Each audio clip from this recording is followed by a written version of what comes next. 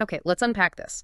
Imagine feeling like your life is just spiraling out of control. Every connection you trust is crumbling, and you have no idea who's pulling the strings. Then suddenly, this mysterious force emerges from the shadows, not just to rescue you, but to completely take the reins of your whole chaotic situation. That's the extraordinary journey we're diving into today. How one formidable figure, known only as the Godmother, meticulously orchestrated a complete takeover of a deeply personal and dangerous predicament. Exactly. And we've gathered quite a stack of intriguing source materials here. We're talking security footage logs, personal phone calls, police reports, even covert operative communications. Our mission really is to piece together how this individual, operating under this powerful code name, did just intervene. She actively seized control. It really demonstrates that sometimes the most effective command emerges from the least expected places. Right. And you'll discover how a seemingly random series of, well, unfortunate events for one man, Jack Rickson, was actually a masterclass in strategic intervention. Get ready for some surprising revelations and maybe some aha moments. These really reveal the intricate way a godmother operates behind the veil to protect her own and, crucially, to further her own agenda. So our sources kick things off with Jack Rickson's life. It seemed ordinary enough, until things suddenly went completely sideways. We're immediately thrown into this alarming incident. It's in a security room. Picture this. Two security officers, Officer 1 and Officer 2, they're watching their monitors. And Officer 1 spots something odd. A slim man in dark clothes and a light gray fedora pointing what appeared to be a gun at a lady. This isn't just some random event. It's the very first tremor, the catalyst for a much larger security breach. And what's truly fascinating here isn't just the speed, but how this immediate escalation serves as, well, Godmother's early warning system, maybe. See, high-level operators don't just react to chaos. They use its first tremors to identify threats. And they begin their pre-planned counter-operations. Before Officer 1 can even think about calling for backup, two muscular intruders block his path. Then they pivot to Officer 2. Okay, so they neutralize the first guy quickly. Right. And as Officer 2 inches his hand towards a hidden panic button, one of the men delivers this chilling line. He says, "Go ahead, push that button, and we can get to know each other in a much more interesting way." I mean, any thought of resistance is just instantly shut down. Pure intimidation. So with that initial disruption sorted, the question becomes, what do they really want, these intruders? Well, they demand security footage from 2 weeks ago. Specifically, they point to a clip showing Jack Rickson. He's carrying a large rug wrapped in a transparent bag into a rented van. That's the key detail. The rug, right. After they get what they came for, one intruder turns back to Officer 1, and he says, "You didn't see any gun, and we certainly didn't threaten you." It's a clear threat, isn't it? Basically, keep your mouth shut. Exactly. And this is where we get our first concrete insight into an outside controlling force. It's subtle, but it's there. The moment the intruders leave, Officer 2 pulls out a hidden phone from his sock. Clever. He calls someone described as having a strong voice and reports, "Some people just showed interest in Jack." And the response? The response is immediate and decisive. "We'll take it from here. It means it's not your problem anymore." This exchange, it strongly confirms that a powerful pre-existing network is not only aware of Jack's situation, but is already moving. They're taking definitive control of what's unfolding. Wow. Okay, so it's bigger than just Jack from the get-go. And as if the security room incident wasn't enough, the ripples of this unseen influence start hitting Jack personally. Our sources mention a chilling phone call he gets at his office, just, "We know what you did to Oscar." Imagine that immediate jolt of fear. Someone's watching. Someone knows something. The layers of subtle manipulation and control start to reveal themselves. It's fascinating how it builds. Shortly after that ominous call, his mother, Rita, contacts him. But here's the twist. She's already invited his girlfriend, Laura, to a family dinner before telling Jack. That's odd, like she's managing his social life without asking. Exactly. It's not just a slip-up. It shows Rita isn't just a passive mother figure here. Yeah. She's already aware of Jack's escalating situation, and she's subtly, almost imperceptibly, influencing his life. She's setting pieces into motion even when he doesn't realize it. It's early signs of her control. And the strange events keep coming, right? The car trouble. Yes, the car trouble. Jack finds his tires are suddenly busted. Yeah. And what's even more unusual is how quickly a tow truck appears. Like, impossibly fast. Yeah, that sounds suspicious. Definitely. The mechanic fixes it within an hour for just the $100 for finishing quicker than I said. Your insurance covers the rest. That speed, the low cost, it really points towards a prearranged intervention. It hints that unseen hands are already at work, maybe smoothing things, maybe setting things up, preparing the ground. Okay, so the pressure is building externally and internally for Jack. But then things take a really dark turn. They really do. Yeah. Jack arrives home to find, well, it's a grim scene. Blood on her cheek, clothes, and on a knife, and police, nobody moves. His mother, Rita Rickson, is arrested on multiple counts of murder. Just devastating for Jack. His mother arrested for murder. Absolutely. Yeah. But what's even more crucial for our deep dive here is the immediate external reaction. Two men, parked in a black SUV, watch the whole scene unfold. One makes a call, apparently in Russian, saying, "It looks like his mother is arrested for murder. He is devastated. We will take care of his mother, too." Whoa! Okay, so the Russians are watching her too, and interested in taking care of her. Exactly. This confirms the Russian mafia's immediate interest and surveillance of Jack's entire family. It explicitly links his personal chaos to this larger, dangerous game, a game the Godmother is about to step right into. But then, the sources reveal something about Rita herself that completely shifts how we see her arrest. Tell us about that. Right. Detective Willstrom notes Rita's totally flat face, as if she has no desire to contribute to the story. During her interrogation, she's just silent. Completely silent. Willstrom even states for the recording that it appears the suspect is in some kind of shock. But is she really in shock? Well, that's the question. Dr. Annie Welsh, a psychologist, assesses Rita. Rita gives this story. I don't know what happened. One moment I was in the kitchen and the next, everything was red. She mentions an argument. But Dr. Welsh's conclusion is sharp. She says Rita is capable of standing trial and, crucially, she made up what she told me. She made it up, so the whole shock thing was an act. It seems so. Dr. Welsh tells Willstrom, whatever you think you know about Rita Rickson is incomplete. She concludes Rita is a mystery. This doesn't just establish Rita's hidden depth, it reveals her deliberate control over her public persona. It's a strategic mask, hiding her true capabilities. And this really sets the stage for the awakening of the Godmother. Okay, so the setup leads to this dramatic turn, Rita's escape, quote-unquote, and the clear emergence of this powerful network. Right. First, there's the forensic evidence. Amy Splash, a specialist, confirms the blood found in Rita's truck is actually pig blood. Pig blood, so the whole murder scene was staged from the start. Unequivocally. It completely invalidates the initial charge. It was an elaborate setup. And then, while Rita's being transported, the police sedan carrying her is rammed by a truck. Rammed. Okay, this is definitely not subtle. Not at all. 4 heavily armed men emerge. They tranquilize the police officers and expertly extract Rita. This isn't a simple escape. It's a highly coordinated retrieval operation. It shows sophisticated planning, immense resources. The kind of decisive action only a powerful, organized force can pull off.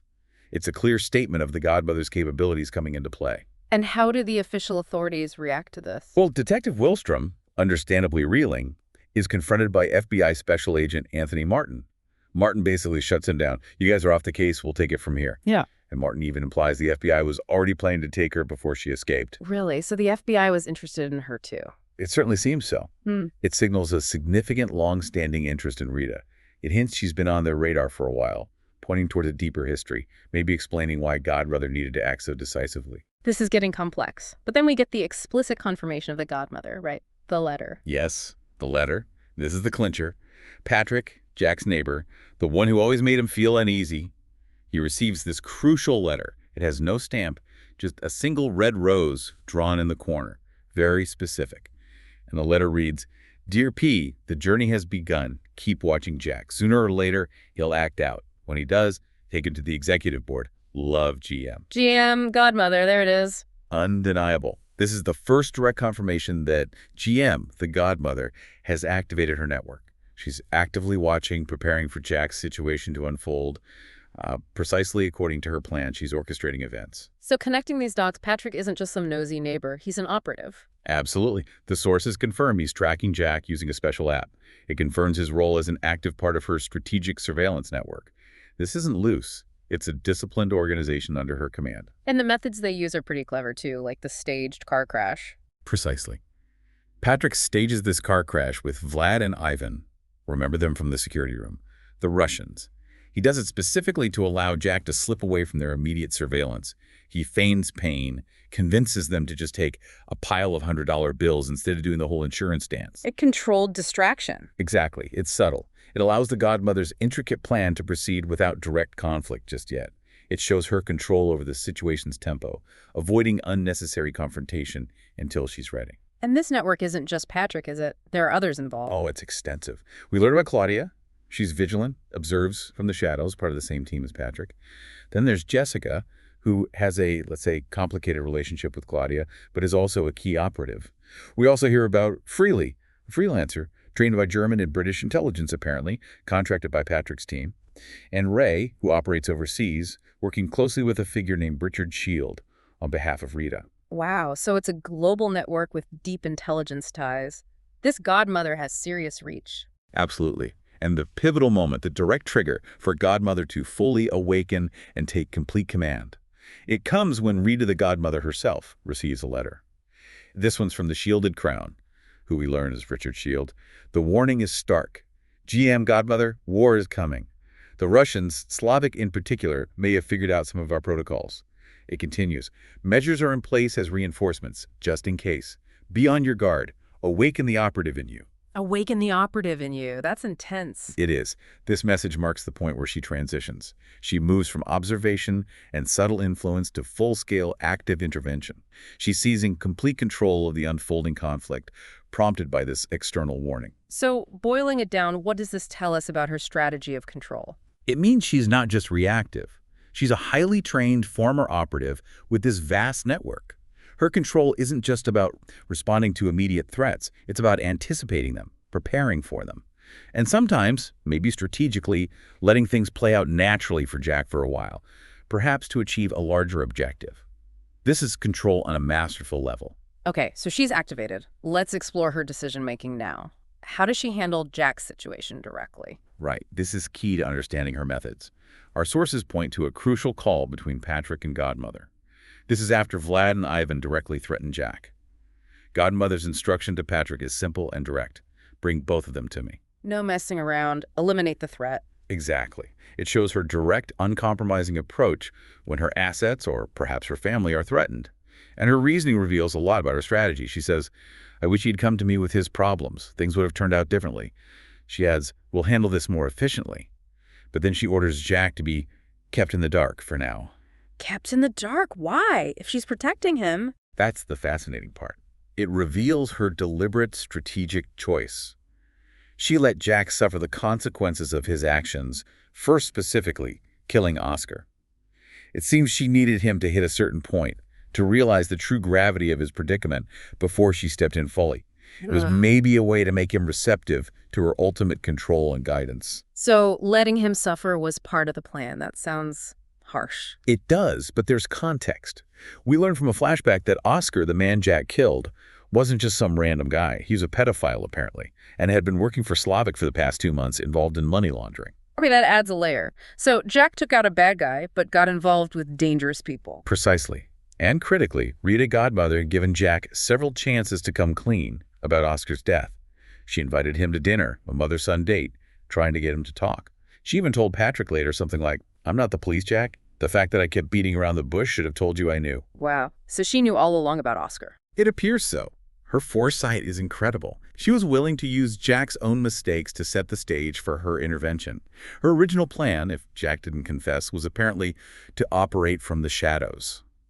And she knew the Russians would deliver their most horrific punishment, killing his family and associates. So her stepping in, taking control, was actually preventing something even worse, even though she let him struggle first. That seems to be the implication. Her control isn't just about power, it's about a calculated, high-stakes redirection. She allowed the situation to escalate to a breaking point, all designed to ultimately bring Jack fully under her strategic command and protection, perhaps. Okay, so Jack hits rock bottom. He's about to gamble away his life savings. This is the moment she chooses to fully step in. Exactly. This is where her direct control manifests clearly. Patrick intervenes, tells Jack his mother sent him, and crucially, he offers him a number to call. Jack, desperate, makes the call. And that call goes straight to Godmother's network. We assume so. Patrick reports to Godmother directly. He was about to gamble away his life savings. And like flipping a switch, Godmother sets the next phase in motion. Her command is instant. Prepare for a hostile environment. A plane will be ready. See, she isn't reacting haphazardly. She's executing a pre-planned move, adapting her framework to the immediate need. She's taking over. Does she talk to Jack directly then? Yes. She calls him while he's on the plane with Patrick. It's a fascinating call. She reassures him, shares a childhood memory about Jack fighting bullies. Apparently he'd said something like, "I realized I had to do something or it would never stop." She uses his own past resolve. She tells him, "I'm sorry for everything you've been through. One day it will all make sense, and importantly, I want to keep you safe." And Patrick clarifies their relationship. He does. He says, "I don't work for her. We're family. I'm your extended brother."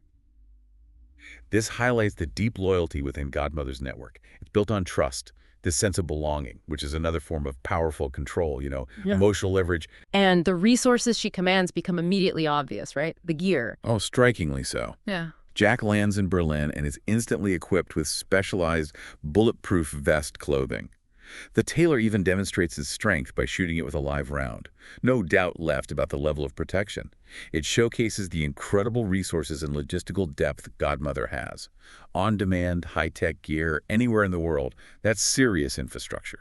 So she's got him safe, geared up. What's the next move under her control? The rescue operation. Yes, the rescue of Freely, the contract operative. He's been captured and is being tortured by Sergej, who is Slavik's lieutenant. Sergej wants info on Vlad and Ivan's disappearance the guy's Godmother told Patrick to bring to her. Godmother's team, Patrick, Claudia, and now Jack, mobilizes instantly, and Jack is assigned a role. Fly the drone for distraction. She's integrating him, using his skills within her operational plan. And the rescue itself sounds pretty dramatic, the drunk couple routine. Yeah, classic tradecraft executed perfectly. Patrick and Claudia use it to bypass guards outside Slavik's base. And Claudia does something incredibly audacious. She deliberately takes 2 shots. She's wearing armored clothes, thankfully.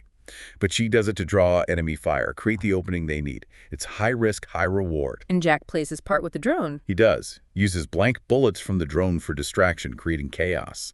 This allows Patrick and Claudia to storm the warehouse, neutralize guards named Alvin and Dmitri, and the reports rescue Freely, and crucially, capture Sergej. Capturing Slavik's lieutenant is a big win. Did they find anything useful on him? Yes, a critical detail. Patrick finds 2 phones on Sergej. One has Slavic contacts, as expected, but the other one is clean. This immediately raises flags, suggests a deeper conspiracy. Maybe Sergej was reporting to someone else. Another layer Godmother is now dealing with as she takes control. Okay, so they have Sergej. Now it's time for the big confrontation. Godmother versus Slavik. Exactly. The team moves to confront Slavik, and they're armed with precise intelligence. Richard Shield's informant provides the intel. 4 men outside, 10 inside, and 2 who stay close to him at all times. This highlights Richard's role in supporting Godmother's effort to seize control of this situation. He's feeding her crucial information. And the confrontation itself, how does she handle Slavik? She confronts him directly, dismisses his claims of being the Ghost, a title she seems to know belongs elsewhere. She cuts him down verbally, calling him useless, a pawn at best. It's not just an insult, it's strategic. She's destabilizing him, showing she understands the real power dynamics. But things don't go exactly to plan, do they? There's a warning. No. Jack warns them via earpiece. SUVs are closing in on the area like they're setting something up. And then, boom, Slavik's part of the building just explodes. It's a clear double cross. A double cross, so someone else took out Slavik. It seems so. And the real shocker comes immediately after the explosion. Patrick gets a call on Sergej's clean phone. The caller is Vera.